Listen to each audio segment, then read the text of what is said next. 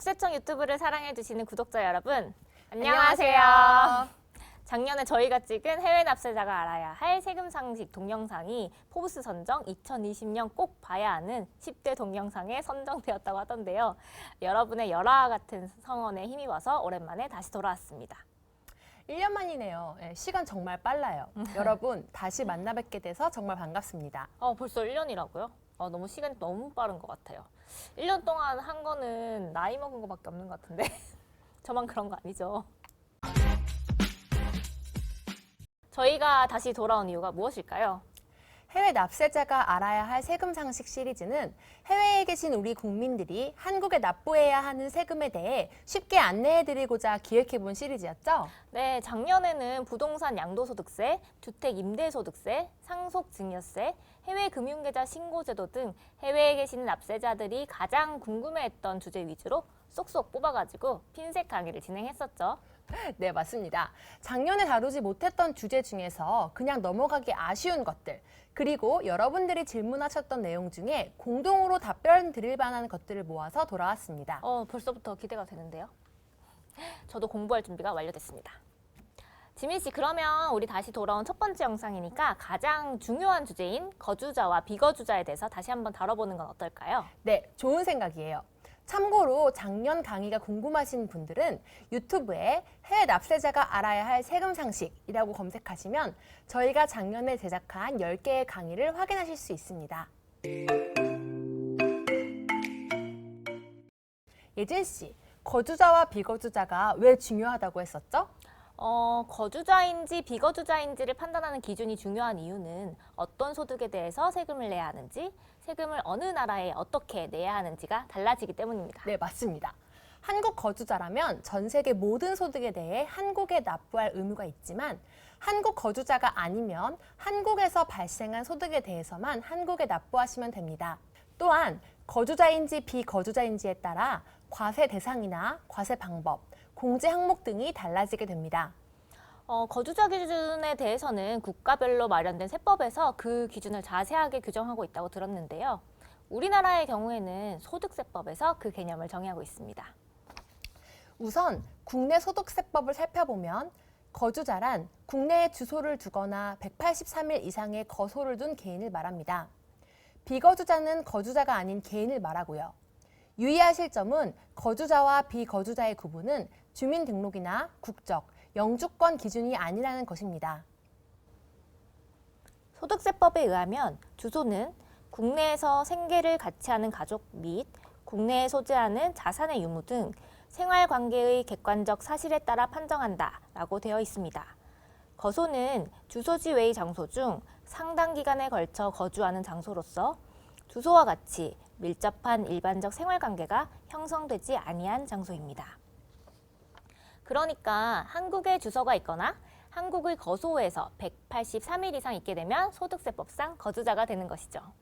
여러분, 소득세법상 주소는 주민등록상 주소랑 다를 수 있습니다. 한국에 주민등록상 주소가 있다고 해서 무조건 거주자가 되는 것은 아니고 소득세법에 나온 요건들로 거주자 여부를 판단하는 것입니다.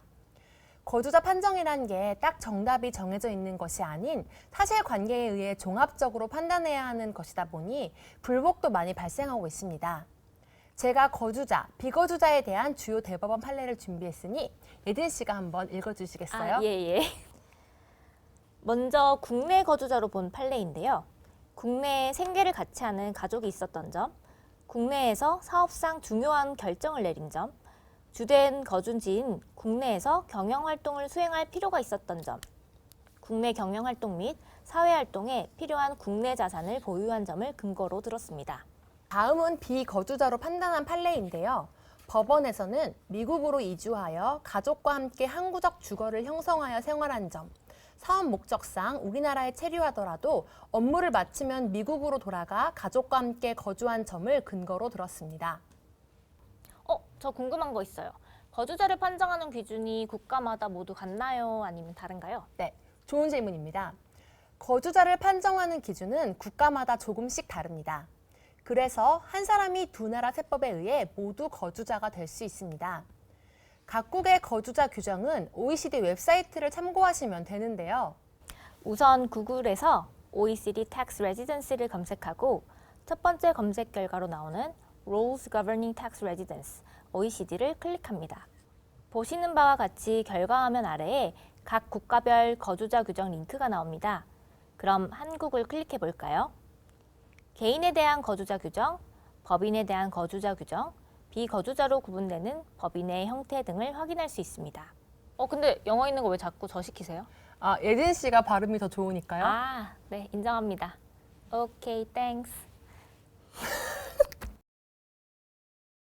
양국 모두에서 거주자가 되는 이중 거주자의 경우는 조세조약상 거주지국 판정 기준을 순차적으로 적용하여 판단하게 됩니다.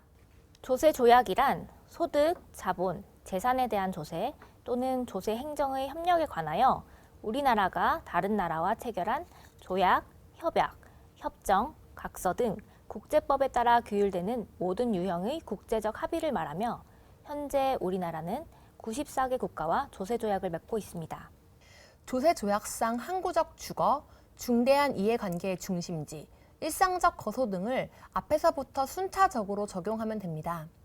예를 들면 항구적 주거가 어느 나라인지 확인하고 만일 항구적 주거로 판단이 안 된다면 그 다음 중대한 이해관계의 중심지가 어디인지 보는 것이죠. 여기서 중대한 이해관계의 중심지란 그 사람과 인적, 경제적으로 더욱 밀접하게 관련된 국가를 말합니다. 그러니까 우리나라 소득세법에 의해서 우리나라 거주자가 되더라도 지금 살고 있는 나라 세법에 따라 거주자에 해당하는지 여부도 봐야 하고 양쪽 다 거주자이시면 조세조약상 거주자 판정에 따라서 어느 나라의 거주자가 되는지 결정되는 거군요. 네, 맞습니다. 국세법령정보 시스템에서 거주자 판단이라고 검색하시면 질의회신, 심사청구, 심판청구, 판례 등의 케이스가 정말 많습니다. 여러분들의 상황에 맞는 것을 찾아서 확인해 보시면 도움이 많이 될 것입니다. 이렇게 유튜브 영상으로 여러분께 인사드리는 것도 좋지만 아무래도 여러분의 진짜 근사한 얼굴을 직접 볼 수 있으면 좋겠는데 말이죠. 네, 국세청은 해외 진출 기업과 재외교민 등 해외 납세자의 성실 신고를 지원하고 현지에서의 세무 불이익을 예방하고자 미국, 일본, 중국 등 현지에서 해외 납세자를 위한 세무 설명회를 개최하고 있습니다. 작년에는 코로나 때문에 세무 설명회 개최를 못해서 너무 아쉬웠는데요.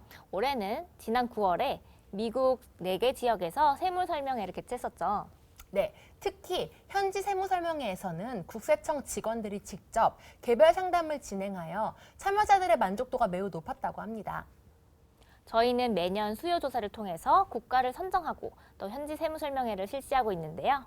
기회가 된다면 저도 여러분을 직접 찾아뵙고 싶네요. 우리 오랜만에 그거 한번 해보고 마무리 해볼까요? 좋아요와 구독, 알람 설정, 칭찬 댓글. 그럼 다음 영상에서 다시 뵙겠습니다. 안녕.